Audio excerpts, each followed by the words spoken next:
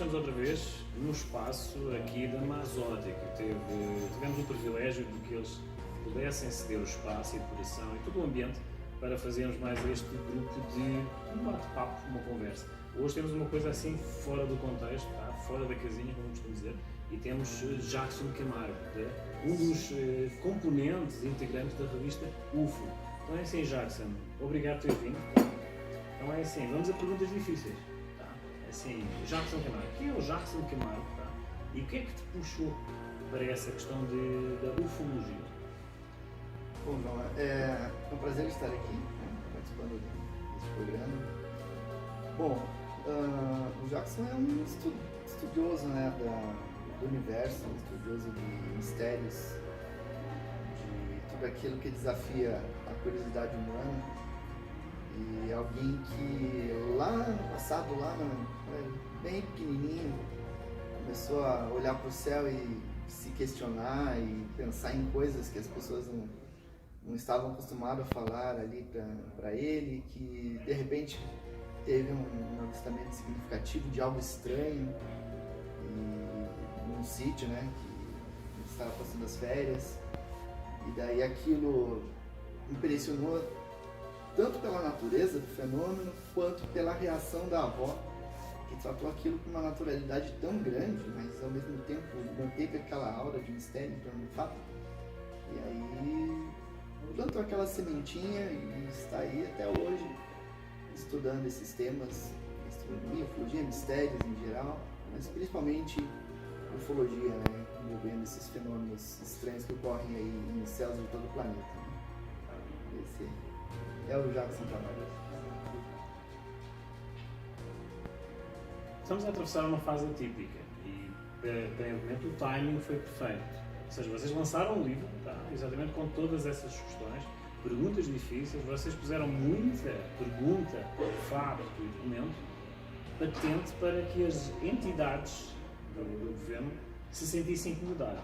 Vocês aproveitaram o timing da pessoa estar mais tempo em casa para ter tempo para fazer essa investigação, para vocês porem em prática toda essa documentação que vocês tinham para ver se há uma resposta concreta? Bom, esse livro que a gente está lançando agora, ele é fruto de vários anos de investigação.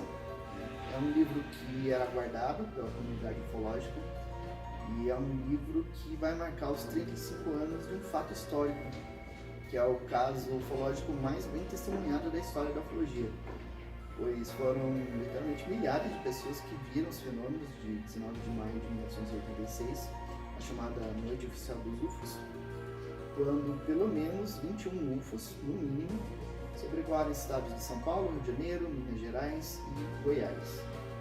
Foram perseguidos por caças da Força Aérea Brasileira, foram vistos por pilotos de aeronaves civis comerciais e realmente milhares de testemunhas viram aqueles objetos.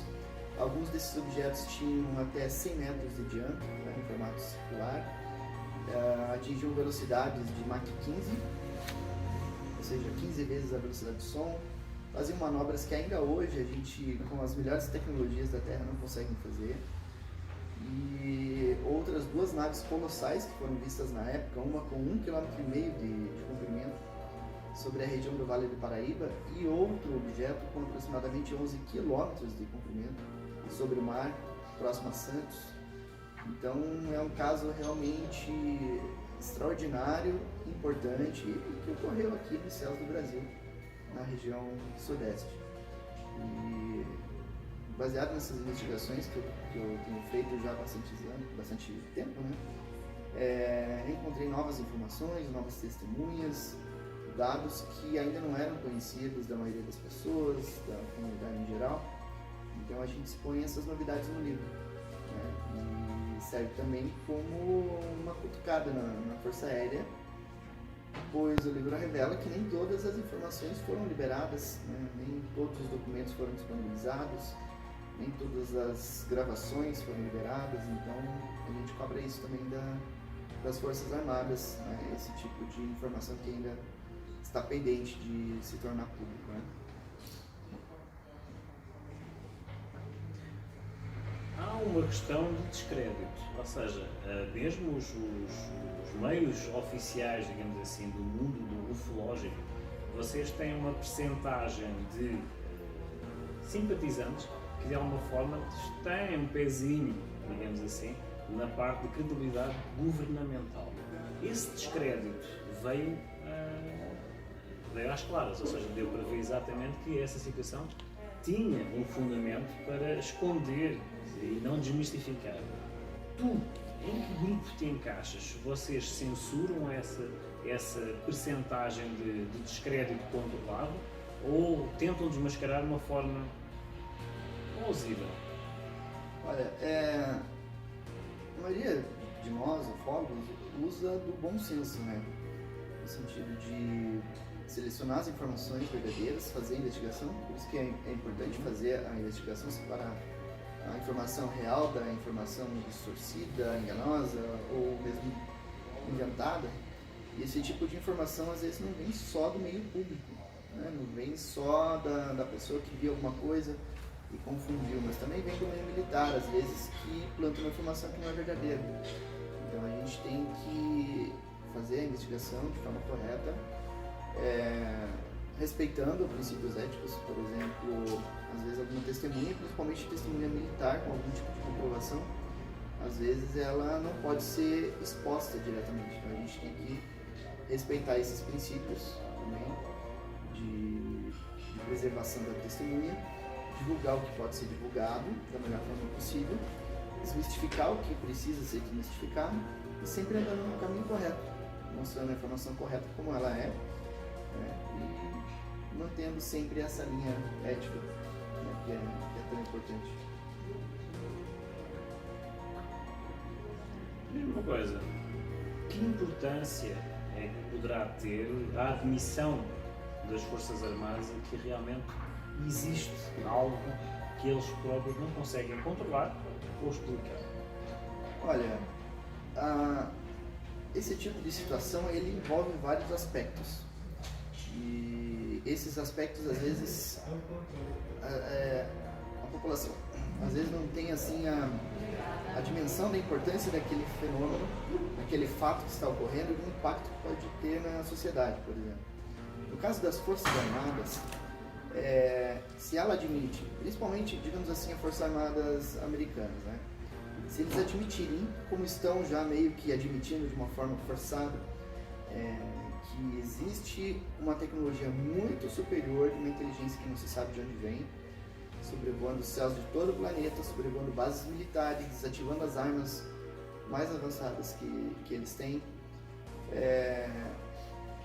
o governo ou Força Armada admitir uma coisa dessa representa a admissão de que eles são incapazes de deter uma força dessa natureza. Isso pode gerar um pânico em algumas pessoas, né? Isso pode gerar preocupação por parte das Forças Armadas, no sentido de que pessoas talvez se questionem: mas se o governo não pode me proteger, para que eu vou respeitar esse governo? Né? Então existe esse medo da perda da autoridade por parte do governo em admitir esse tipo de informação. Além disso, existem os interesses estratégicos envolvidos na questão. Por exemplo, vamos supor que um determinado governo tenha os seus inimigos ideológicos, por exemplo, inimigos militares, e aí de repente surge a possibilidade de obter uma tecnologia muito superior com esses objetos, seja resgatando, seja no intercâmbio. Isso vai colocar esse país num nível tecnológico superior ao seu rival, né? Então isso pode representar um desequilíbrio na hegemonia mundial. Também tem a questão a questão principal de que esses objetos não respeitam fronteiras, eles não estão nem aí onde termina um país e começa o outro, né? Então durante a Guerra Fria, por exemplo, vários UFOs começavam a surgir ali na Rússia, atravessavam a Polônia e chegavam ali até a Alemanha, a França. E aquele espaço aéreo era todo monitorado por causa das tensões da Guerra Fria. Se de repente os governos não se interessassem na questão, não aprendessem a identificar esses objetos, de repente um belo dia um desses objetos ia ser confundido com um míssil nuclear, e antes de checar se era um míssil nuclear mesmo, já estavam disparando um míssil nuclear contra a Rússia, e aí começava uma guerra de grandes proporções. Então existe realmente a necessidade dos governos entender o que é isso, né? É essencial isso para todos os países.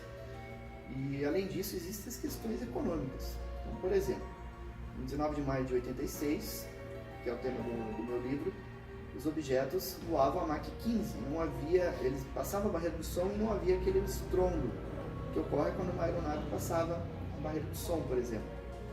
E eles faziam manobras, faziam Mach 15 voando em zigue-zague, né? Não temos tecnologia para isso hoje. Um avião ele vai chegar no máximo a Mach 7, e para fazer uma curva ele vai fazer um arco bem grande para fazer uma curva, por exemplo, né? Então essa tecnologia desses objetos envolve materiais muito resistentes, envolve capacidade de velocidade muito alta. Imagina o impacto disso no transporte aéreo, né? Questão de segurança aérea ia ser impactada, o transporte em termos de distância e velocidade iria ser bem impactado. Então existe todo um impacto econômico. Então, se esses objetos, por exemplo, usam esse tipo de tecnologia, eles têm que ter uma fonte de energia muito poderosa, né? Então, se de repente a gente consegue uma tecnologia dessa, o que vai ser de uma hidrelétrica, por exemplo, o que vai ser das nossas estatais, das companhias de eletricidade, sendo que um aparelhinho pequeno como do tamanho de uma caixinha, por exemplo, pode gerar muito mais energia e alimentar uma cidade, né? Então, várias empresas iriam quebrar diante de uma realidade dessa. Então, todos esses detalhes assim que tem que ser levado em conta na hora dos governos admitirem esse tipo de fato, né? E é o que está acontecendo, a gente vê nos Estados Unidos, né? Eles estão colocando informação a conta gota, não é todo tipo de informação que eles podem revelar, então vai soltando o que é possível, né? Agora, para finalizar, Johnson, por parte da comunidade ufológica, eu acho que já se percebe que parece que há uma adaptação e a passagem de informação para que a população em geral se adapte à ideia de que eles estão próximos, correto? Eles estão quase, né? Se não estão já.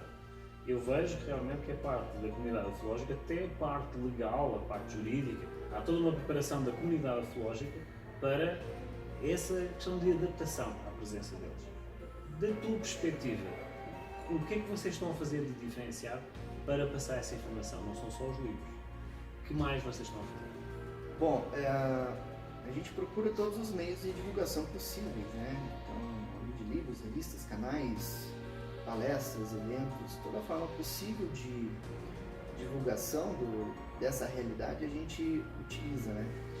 Sempre procurando apresentar provas, evidências e estudos a nível científico, porque é importante, existe uma parcela da população que precisa ter aquele negócio palpável para aceitar os fatos, né? A gente procura trazer esse tipo de informação. Agora, realmente eles estão muito próximos da gente, né? Eu não acredito que um contato oficial vá ocorrer tão cedo, mas eles estão se manifestando de forma muito próxima, de forma muito evidente, né? Eles querem que a gente tenha essa certeza de que eles existem. Só que eles fazem um estudo a nível mundial sobre ecologia, meio ambiente, sobre toda a biodiversidade do planeta, mas também sobre a nossa sociedade, sobre a nossa tecnologia, nosso meio de pensar, de agir, nossas emoções. O próprio evento de 19 de maio de 86 foi uma revoada sobre pontos estratégicos do Brasil. Então, foi uma análise em cima da tecnologia brasileira da época, inclusive, da parte deles, né, analisando. Então, existe essa necessidade, né, deles de fazer esse estudo, essa investigação. E eu acho que enquanto eles não terminarem esse estudo, não haverá um contato imediato e efetivo, né? E é um estudo bem abrangente, então acho que vai demorar um pouquinho, né? Estudo bem aprofundado na parte deles. Jackson, obrigado por teres vindo, tá? Nos créditos e aqui por baixo do rodapé irão aparecer a evidência do novo livro dele, tá? Que vai estar a ser já editado, os contactos dele, todas as referências de contacto que queiram ver e assimilar para que ele, o Jackson Camargo, possa esclarecer na primeira pessoa também, que ele irá passar o contacto, e-mail e afins, vai passar aqui no rodapé, para esse tipo de esclarecimento que algo está próximo. Jackson, obrigado por teres vindo, tá? Foi um prazer. Obrigado. Obrigado.